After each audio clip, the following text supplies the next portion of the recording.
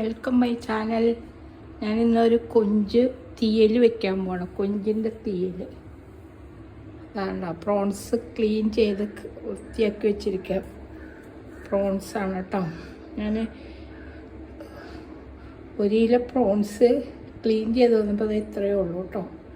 1 kilo prawns ആയത്. അപ്പം ഞാനത് തീയൽ കറി വെക്കാൻ പോകും. തീയൽ പ്രോൺസ് ഒരുപാട് വെറൈറ്റി ഉണ്ടാക്കാം. ഞാൻ രണ്ടെണ്ണം കാണിച്ചിട്ടുണ്ട്. ഇപ്പം ഇത് ആദ്യം വെളിച്ചെണ്ണ ഒഴിച്ച് കടുക് പൊട്ടിക്കണം. ഇതൊക്കെ വേണമെന്ന് നോക്കാം കേട്ടോ. കടുക് പൊട്ടി വരുമ്പോൾ ഇട്ടിടാമോ നമുക്ക് സവാള അരിഞ്ഞിട്ട്, സവാളയും കൊച്ചുള്ളിയും കൂടെ ഞാൻ അരിഞ്ഞ് വെച്ചിട്ടുണ്ട്. ചെറുതായിട്ട് അരിഞ്ഞ് വെക്കണം കേട്ടോ.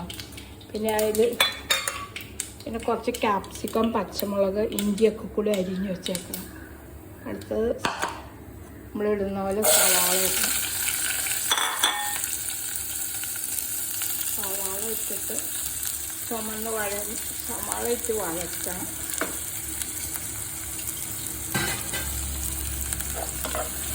സവാള വഴന്ന് വരുമ്പോൾ സവാള ഇട്ടിട്ടുണ്ട്. വെളുത്തുള്ളി ഇട്ടുണ്ട്. ഒരു 3 തുള വെളുത്തുള്ളി, ഒരു സവാള.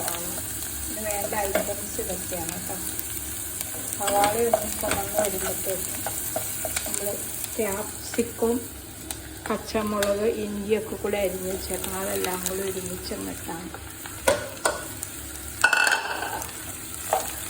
അത് വഴറ്റി വരണം. അത് വഴയുമ്പോഴത്തേക്ക് പിന്നെ വേണ്ട സാധനങ്ങൾ വേപ്പില. പിന്നെ നിങ്ങൾക്ക് അറിയാമല്ലോ, വേപ്പില, കരിവേപ്പില ഒരെല്ലാം ഇടണം. ഞാൻ കരിവേപ്പില കുറച്ച് അധികം ഇടും. പിന്നെ ഇനി അതിന് വേണ്ട പൊടികൾ എന്തൊക്കെയാണ് നോക്കി. 1 സ്പൂൺ കാശ്മീരി ചില്ലി, പിന്നെ 2 സ്പൂൺ മല്ലിപ്പൊടി, 1 സ്പൂൺ മഞ്ഞൾ പൊടി, പിന്നെ ഗരം മസാല ഇട്ടാൽ മതി. ഗരം മസാല ഇടുമ്പോൾ നമ്മൾ പിന്നെ പെപ്പർ ഇടേണ്ട ആവശ്യമില്ല. ഗരം മസാലയിൽ പെപ്പർ അധികം ഉള്ളതാണ്. അതും കൂടി ഒന്ന് ഇട്ടിട്ട് വഴറ്റിയെടുക്കണം. പിന്നെ അതുകൂടാതെ നമ്മൾ 2 വെള്ളം കുടംപുളി ഇടണം. അതിന് വെച്ചാൽ അത് മധുരപ്പ് കിട്ടാൻ വേണ്ടിയിട്ട്. പിന്നെ നമ്മൾ ഇത് തേങ്ങ വറുത്തരച്ച് വെച്ചേക്കണം. ഞാൻ ഒരുമിച്ച് വറുത്തരച്ച് ഫ്രിഡ്ജ് വെക്കണം. അതിൽ നമുക്ക് ആവശ്യമുള്ള വറുത്തരയാണ് വേണ്ടത്.